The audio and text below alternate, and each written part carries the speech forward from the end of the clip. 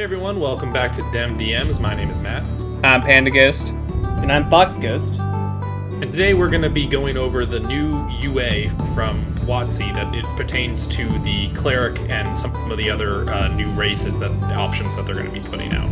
So if that sounds interesting to you, be sure to keep watching this video, but make sure to subscribe, like, and click the notification bell, as we're also kind of going through our own actual play series right now on our channel, so make sure that you're watching that as well.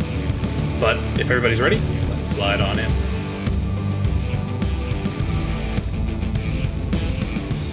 Alright, well, this is the third installment of the playtest for 1D&D. I think we've all had a chance to read through it at this point. First initial thoughts, overall, like it, don't like it, what are your thoughts? And then we'll maybe get a little bit more specific. I mean, I'm a little indifferent. I can't decide if I like the moving subclass for Cleric to third or not. Yeah, I like it in the fact that it keeps things consistent, but I also don't like it because now things are all kind of samey. Everything gets their subclass at third, but sure. And it also kills some multi-classes that would take a one-level dip into Cleric or the Divine Domain. Yeah. I find it, same as what Panda Ghost said, it's fine. Yeah, so like a couple of my characters that I've built with Cleric would definitely not be good with this, because I've used that one level Cleric dip for my current character, so for it's a little series. Yeah, it's a little rough. Yeah, I mean, I guess the one good thing, another good thing about it is, and they talked about this in their, kind of review, where they kind of thought of the idea of well, if you're a new player, it's kind of a lot that you have to look to choose from right off the bat as a Cleric. Then at first level, you have to look through all of the subclasses and find the one you want. Obviously, generally any DM that's worth their salt will kind of steer you in a direction with that.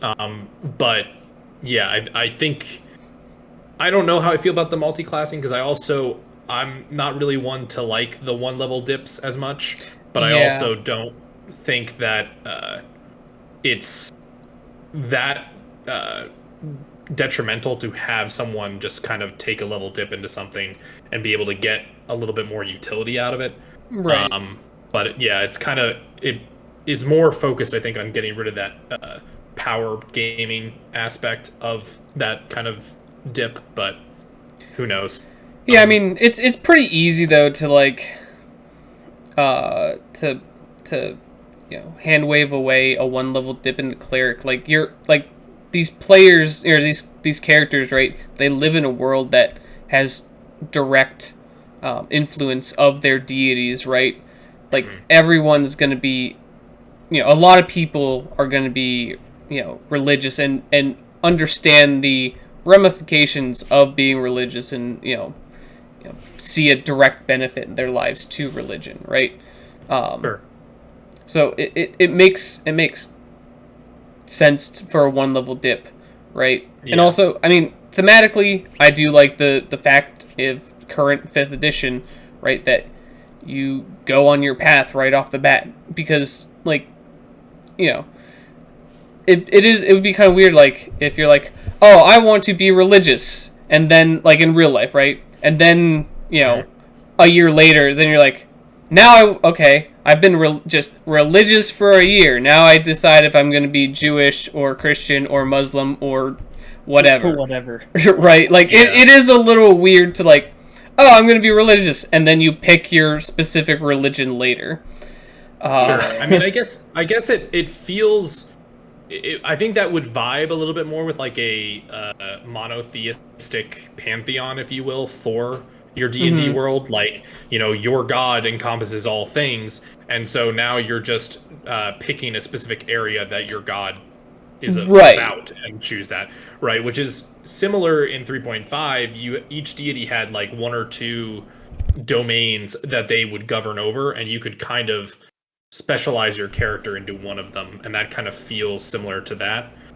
I do appreciate the off like kind of change of then if you're going to give the subclass at third, giving channel divinity at first. I think the the channel divinity divine spark that they added, to give yourself essentially 2d8 at first level, either of healing or wounding, is a little bit powerful, especially when you could potentially also have other forms of healing and stuff. But it does allow for the clerics that are not don't want to be the party healer, give them something else to do. But I don't know how I feel about that. Yeah, I mean, you are limited still because it is part of your channel divinity, and you only get so many of those per day as well. So it's like so now it's based off your proficiency bonus, whereas it used to be once per short rest. So you get a lot more. You potentially could get a lot more usefulness out of it now, but again, first level you only get it twice per day. So I think it's probably fine. I don't see too much of an issue with it. Yeah, I would just say the wording on it is a little. It took me reading it 2 or 3 times to understand that you choose between doing the D8s or giving the D8s, right? Yeah. That was not very clear. Yeah, to me at least. Yeah, I think then with the other main change that they put in there with Holy Order being kind of a way to bring stuff out of the subclasses that you would get as like a pretty much as your first level dip, right? Yeah. So your skill proficiencies or your weapon proficiencies or whatever, it's kind of this is I think where I want to switch over to talking about the life domain, because obviously they gave us an example of one of the subclasses that they're providing. And if you're taking certain things out of some subclasses that usually people picked those because of those proficiencies, I just want to know what they're giving them back, if that makes sense. But yeah, and then the Smite Undead feature at 5th level, instead of just eventually you got to destroy certain undead of a certain CR, now you just can damage them, which really isn't gonna do that much, to be honest. Well, but so here's what I came to realize with that. So with the destroy undead, it was very good against a large amount of very weak undead, but against any stronger undead, it was basically useless. Right. You could turn them, but if they resisted the turn, you've done nothing to them. Right. Yeah. So it does give clerics a way of better dealing with higher leveled undead, and I actually kind of like the Smite Undead more than Destroy Undead. Yeah, because I mean, let's be real here. If you're, if it's a CR quarter undead, right? It's gonna have low. It's gonna have low hit points anyway. Right. And at 5th level, you'll have 3. It'll be your proficiency's 3, right? Yeah. So you'll have 3d8. The chances of you just destroying like a skeleton, a regular skeleton, with that is still quite high. Yeah. So it's effectively keeping that CR, but it's also allowing it to grow as you grow too. Right, but it's also allowing you to actually do something against higher CR undead. Right. It doesn't feel as useless. Being immune to it, yeah. Or not immune to it, but you know what I mean. Not really. Yeah. And it's each undead 30 feet away from you. So that's that could be a lot of undead. That could be a lot of damage. You could probably take out a good number of like a zombie horde or something like that. So now, I mean, not before we get too far away from this. You did bring up the Holy Order thing. Yes. And I like it, but it makes you question why So here they have an ability, right, that lets you choose between multiple things. Why did they get rid of that for Ranger? Like the Hunter Ranger stuff. It's just like they give option based things here. Yeah. Why not give it? I just don't understand. Well, so in the case of the Hunter Ranger, though, that is your subclass. In the case of the Holy Order, that's the core class of Cleric. So, and that allows you to kind of specify what type of Cleric you want to be. I get it, but also at the same time, like, looking at this list of options, I highly doubt anyone's going to take the skill proficiencies. Just because, whatever. The Thaumaturge is one extra 0-level spell. Still not worth it.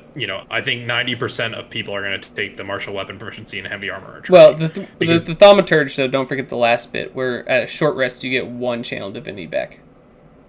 Sure, that is more useful, with that. And you get a second one at level 9, so I mean...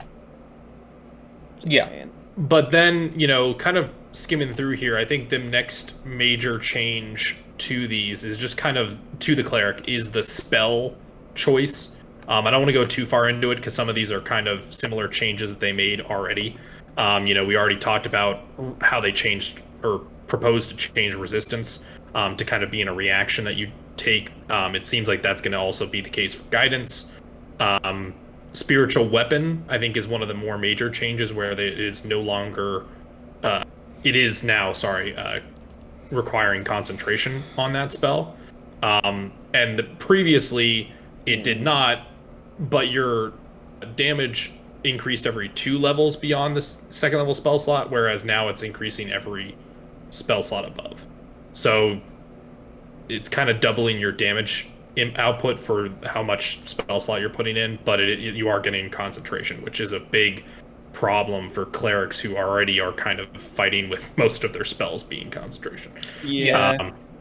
I like the old spiritual weapon more. One of the things that I did like that they changed, and this is coming from DMing people that have used the spell, I like that now banishment, your monster gets a chance to save at the end of every round, not just once and then they're gone for a minute.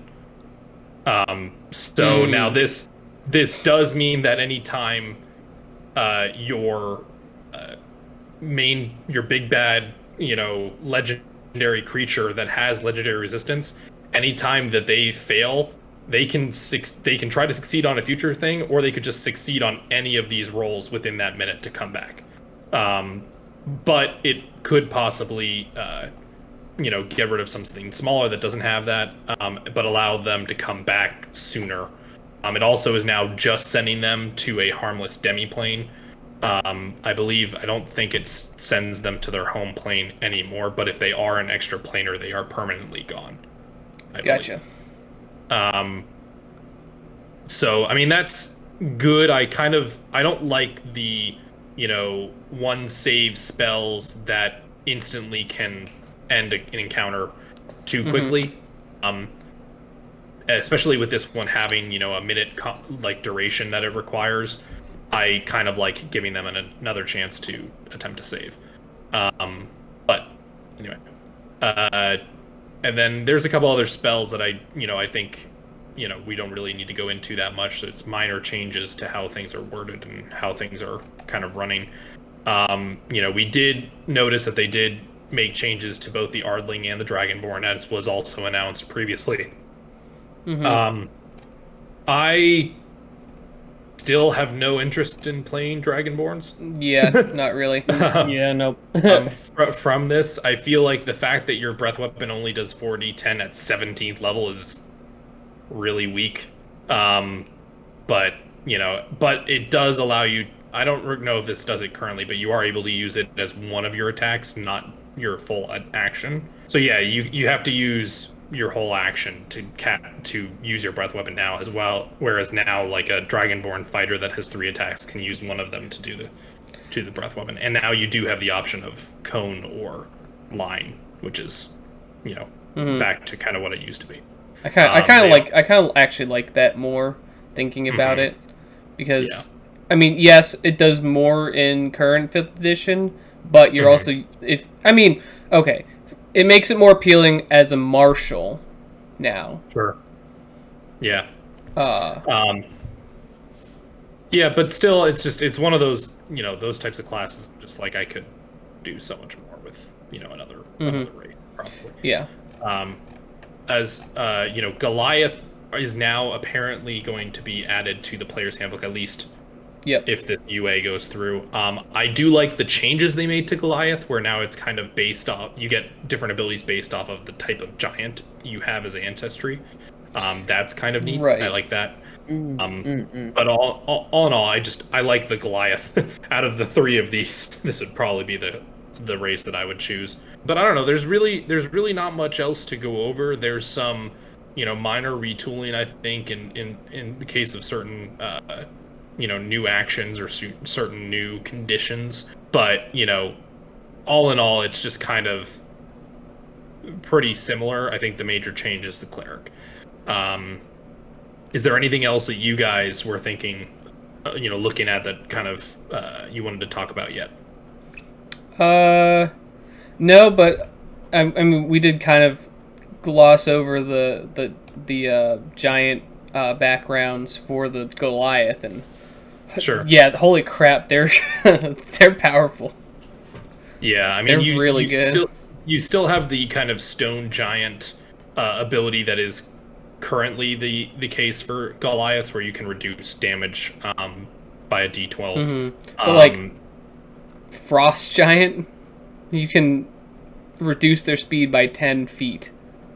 Mm-hmm. That's really that's yeah. I mean, that's very similar to like a lot of like cold spells, right? Right, but that's kind of big. It's very good for like controllers and maybe like a battle master. Goliath would be interesting. I also really like the cloud giant gets the teleport up to 30 feet as a bonus action.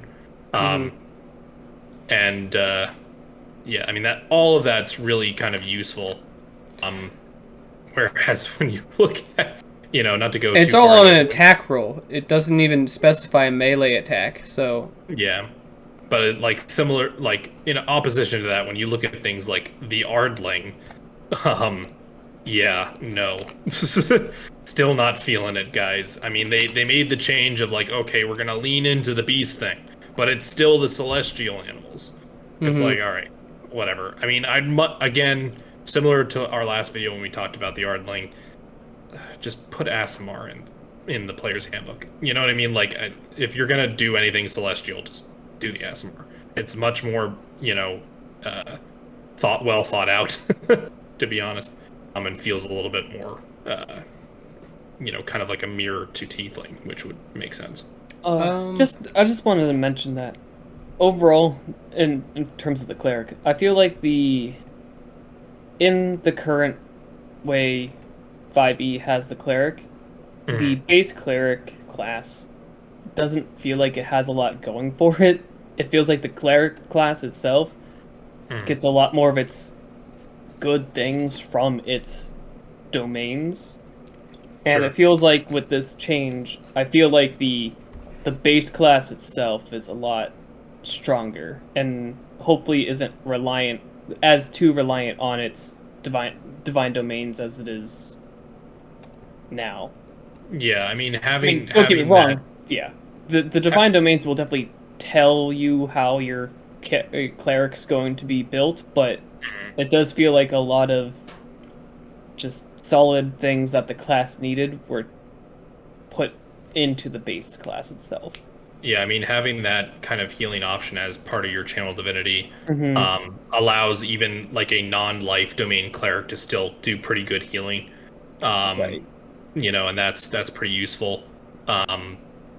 And like it'll be interesting to see, like I said, I'm interested to see what other subclasses are going to come out for this as part of the core, player's handbook. Because I think there are definitely some that have come out since the 2014 player's handbook that are much more, well balanced and kind of beloved by the community at this point. So it'll be interesting to see it'll be interesting to see what stays and what goes. All in all, I think their kind of push for the UA more recently has felt a little bit more balanced and a little bit more less dramatic changes, if that makes sense. I mean, they're still pretty decent sized changes, but it's not, monsters can't crit. So all in all, I kind of like the direction they're going. But yeah, I don't know. I'm interested to see what they do next. I think the next step for them, they said, was going to be the paladin and the druid. So it'll be interesting, because I know Panda, you're a big fan of the 5th edition paladin. So yeah, I hope they don't kill my boy. Yep. So we'll have to see. I'm hoping that maybe druid gets a little bit of a bump as well, but we'll see. All right. Well, I think that's going to do it for this video. So be sure to smite the like button, subscribe, and sneak attack that notification bell to be notified when our next videos come out. We're doing a bunch of videos on, writing your own adventures and writing your own homebrew world. So be sure to check those out, as well as our actual play series that's going on right now. You can look at the first episode; it's up live on our channel. So make sure you're checking that out. But until next time, we'll see you when we slide into DemDMs. All right, guys, bye. Bye.